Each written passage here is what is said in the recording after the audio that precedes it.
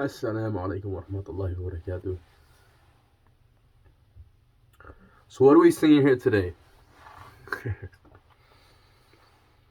Well, we've heard Americans to be dumb, but I've never really actually realized it was to this extent and measure. You have people saying, specifically the Christians, you have Christians saying, we are in support of Israel because in the Bible it mentions Israel. And it mentions the children of Israel to be chosen one.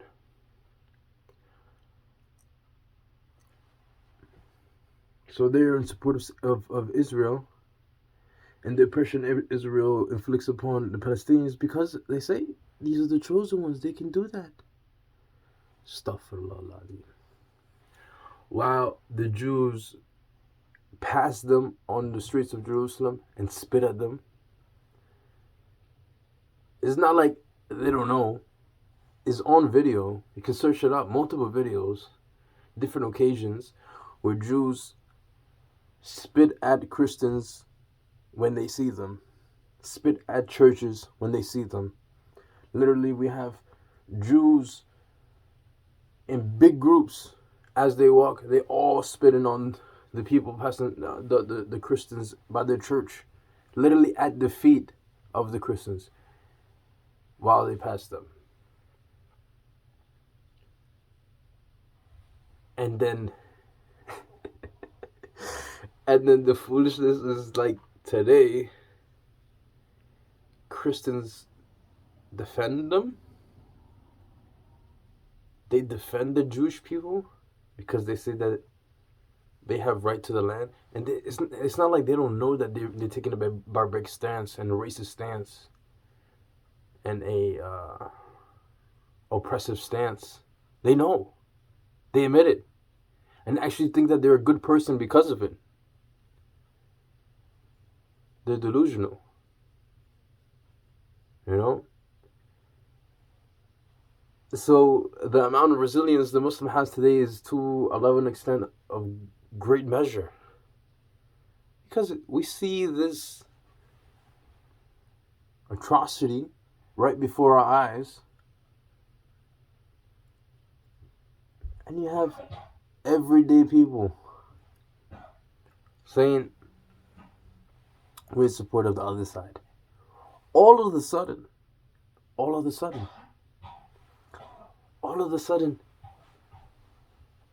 this is a war that's been happening, an oppression that's been going on since before my birth.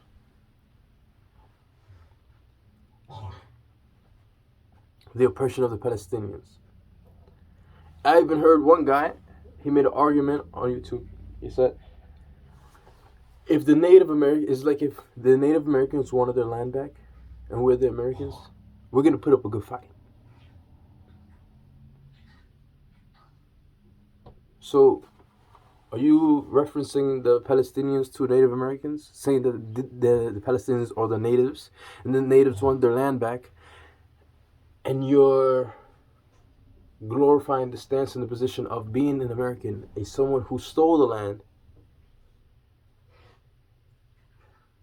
and then saying, we're going to fight back.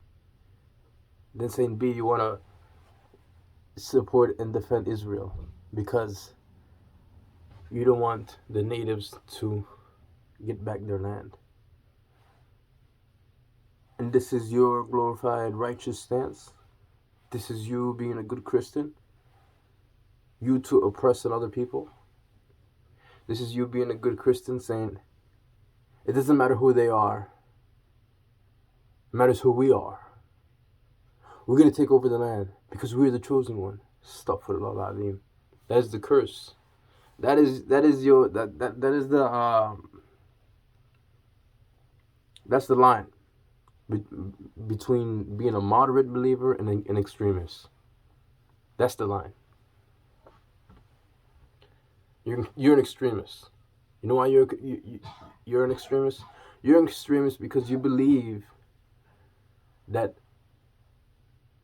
you're allowed to oppress another person and you have more rights over the life of another person because you're so holy and you're so righteous.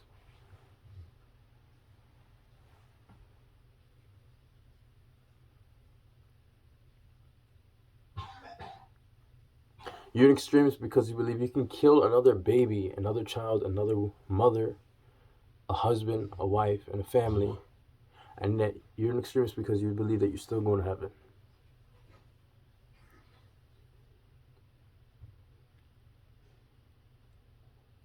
You're an extremist because you think you're better than them.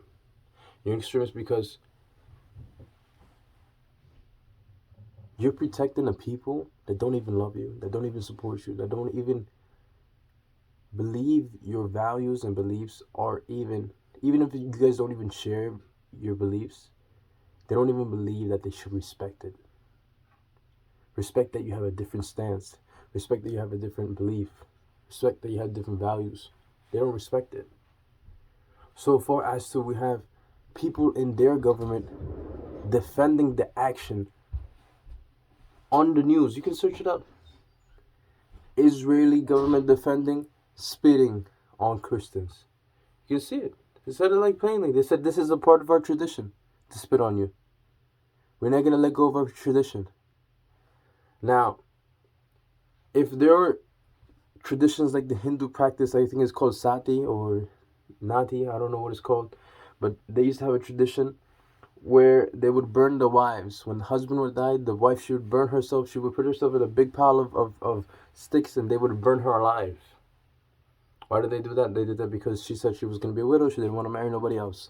Out of her own loyalty to her husband, she's just going to burn herself alive. So they would do that. And then when a European came around to that part of India and he seen that going on, he said, this is no more. He called the ship in. And as soon as it started to happen, they took over everything. Search it up. It's a true story. And they've done away with that practice, that Hindu practice and tradition. So when you have such a tradition where it's allowed for a Jewish person to spit on the feet of a Christian or spit, it's a tradition to whenever we pass by church to spit on it, and you defend that stance, just because it's a tradition doesn't mean it's correct. You know, this is still somebody's lives. This is still somebody's dignity. You know, they might not be upon what you call to be good guidance, but you got to take them where they stand, you know? Because here's the thing with the Jewish faith. Even if you agree with it, you're not allowed to join it. If your mother ain't Jewish, you can't become a Jew, according to the Jewish faith. So there's a level of respect and dignity that the Jews would give you that is so far below of what a regular standard is. They would never accept you. They will never respect you. They would never give you any kind of dignity. They would never even treat you as a person. Did you know it's a part of their tradition to also call anybody else who is not Jewish a dog? To them, when they see you, they see a dog. That's who they see. Truly. Who they see? A dog. So when you're over here protecting them and supporting them, they don't care. They don't care that you're doing that. They're treating you as you are, dog. You're a fool to them. And you're just a tool in their plan, and you're just a dollar sign. End of the day. End of the day, you're nothing less. You're less than a human, and you're a dollar sign. You're less than a human, and you're a dollar sign. So, you want to continue supporting Israel because it's mentioned in the Bible? Israel was a city within Palestine. Jerusalem is a city within Palestine. It's been here before the times. Search it up. Now, Jerusalem's been here way before the state of Israel. And there's been times when Jerusalem was under the power of Saladin, and the Jews and the Christian and the Muslims, they used to live harmoniously together. Why? Just because the Jews say they return, now they cannot do the same. They cannot live harmoniously upon Christians and Muslims. Right? And then you ignorantly, someone who doesn't even research their holy book, someone who doesn't even see it for what it is and see the contradictions and see the history of everything, doesn't even know Hebrew or Aramaic, because that's what a lot of Christians claim. They say, hey, if you want to read the best and the clearest and the most non-contradiction, the one, a Bible with no mistakes, you got to read it in Aramaic or Hebrew. Do you know Aramaic? Do you know Hebrew? Have you bought it? Do you even have a copy of it in Aramaic or Hebrew? And if you do, can you read it? And if you do, can you understand it?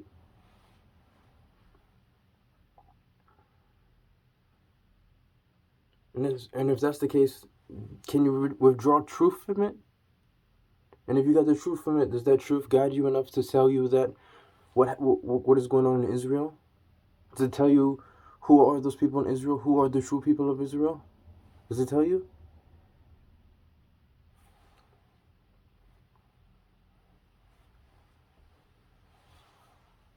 You don't know. You blindly support. You blindly go where your whims take you, where you think the righteous way. You take your righteous whims and you run with it. You don't need righteous whims. You need righteous guidance, declarations, things that are clear, set. And you don't need something that's fuzzy and unclear. And then it's an even contradictory stance towards humankind in order for you to support that kind of state.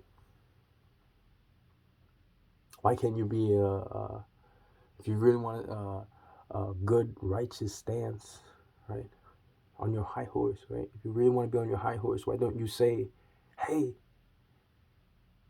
if you want to be back Israel, you got to do it the right way. You can't do it like this. Why can't you speak against what they're doing? And if you're a good Christian, wouldn't you say, hey, love for your neighbor what you love for yourself, right? If you love for your neighbor what yourself, is that what you want for yourself? If you're an Israeli, if you're a chosen one, is that what you should want for yourself? Think about it. Assalamu alaikum wa rahmatullahi wa barakatuh.